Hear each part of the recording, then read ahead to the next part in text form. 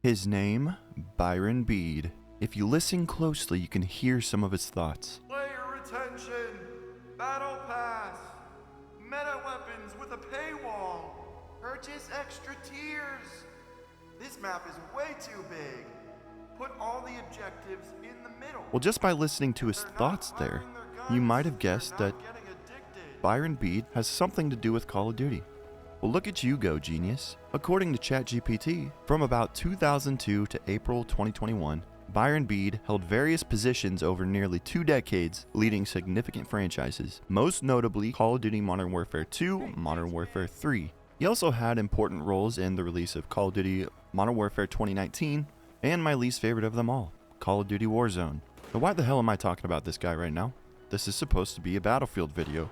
Well, here is the bombshell. In May of 2021, Byron Beede joined EA as the Senior Vice President and General Manager of the Battlefield franchise. 6 months later, Battlefield 2042 was released.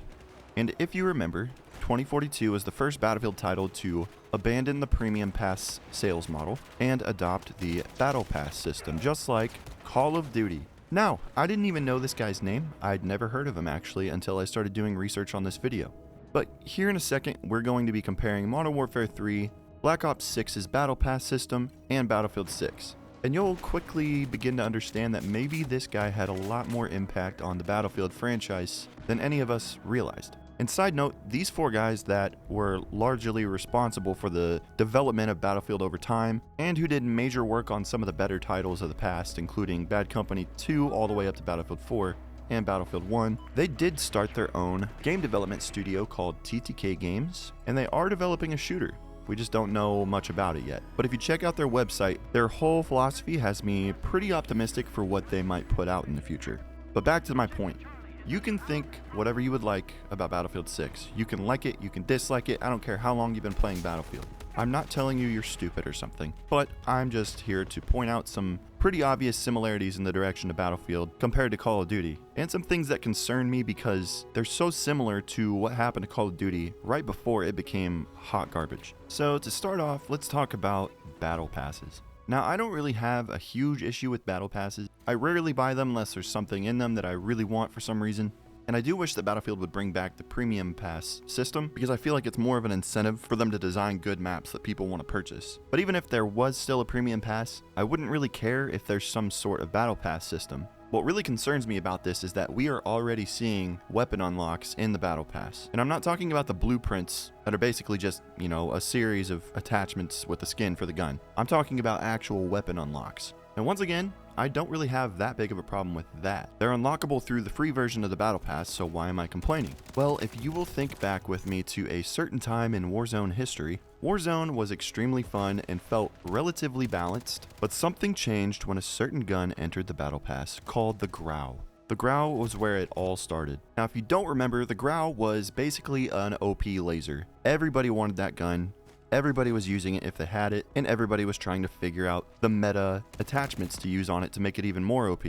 And because the Grau was so OP, everybody either wanted it or realized that they need it if they want to compete in Warzone, because not having it was a huge disadvantage. Now, of course, anyone could get the Grau just by working their way through the Battle Pass tiers, but the problem was you got there a lot faster by purchasing the Battle Pass with the extra tiers. And if I remember correctly, you also advance through the Battle Pass quicker if you own it. I could be wrong about that, but I think what this did is drove up sales on the Battle Pass so hard that Call of Duty from that point on kept on releasing OP weapons in the Battle Pass, and I don't think it's because they were just too stupid to make a balanced weapon. I fully believe that they discovered that if they put a new overpowered weapon in the Battle Pass with every release and they nerfed the other ones, everybody would continue to buy the Battle Pass just to have the newest OP weapon.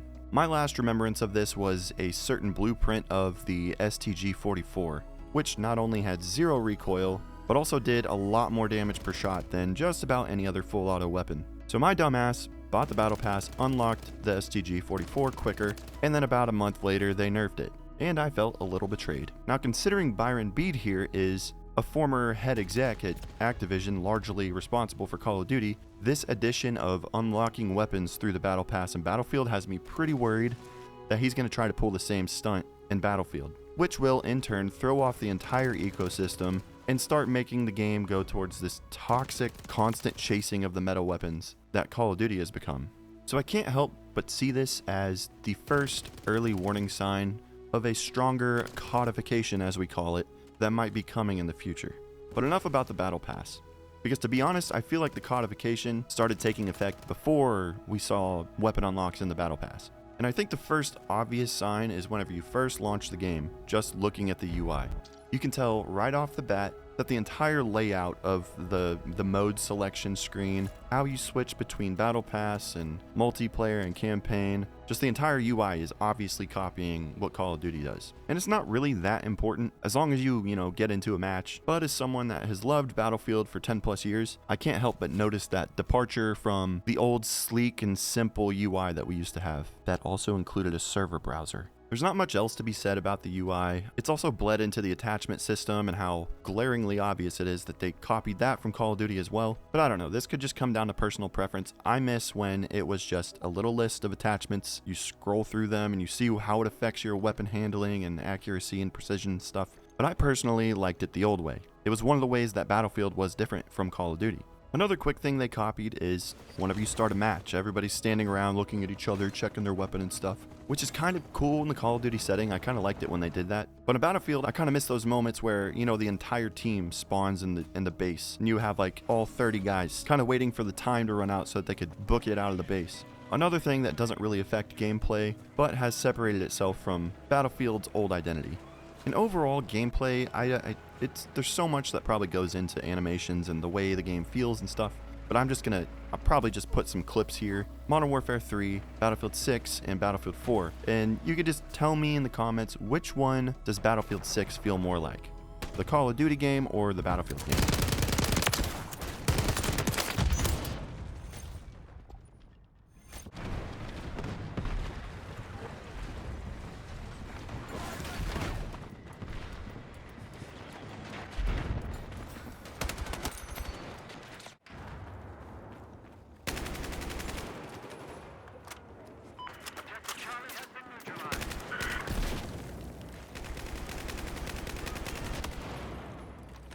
Another huge area that everybody's been talking about, I don't think I'm bringing anything up here that's new. I just feel like it might be satisfying to have one video where we really talk about it. But the pacing of the game and just the way the maps flow, everything feels so random and chaotic, and I know some people like that. Historically, I've been a fan of the chaotic Battlefield maps, but they always had a certain flow and funneling technique to them, and they didn't have to make the maps small to achieve that chaos. Now it kind of just feels like everyone is everywhere all at once.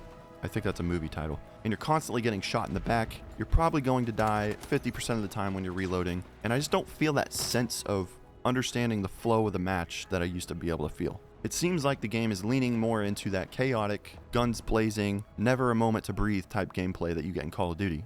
To me, it really feels like the whole pace of the game and the map design and the chaos of it is specifically designed to cater to Call of Duty players. And honestly, I guess it was a smart move because nobody's happy with Black Ops 7 right now. Battlefield has a lot more players. But what sucks to me is that this version of Battlefield that a lot of Call of Duty players are playing for the first time feels sort of like a Call of Duty game that just implements certain Battlefield characteristics. I do enjoy Call of Duty sometimes. It's really where I started. But when I switched over to Battlefield 4, originally I absolutely hated the game. I hated it so much because you can't just run around and find 5 guys to mow down.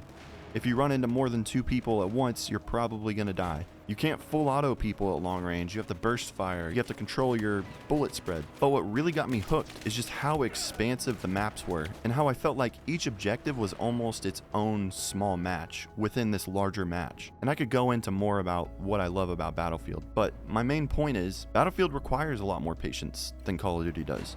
And that's what makes it fun. So it kind of sucks that a lot of that patience that eventually you get through, you really get into the feel of the game, is just gone now. Honestly, my thoughts are all over the place in this video. It's really hard to identify everything that feels like codification. One of you commented, I think yesterday, it looks like Battlefield, it sounds like Battlefield, but it doesn't feel like Battlefield. And that's what makes it all really hard to really understand what's going on.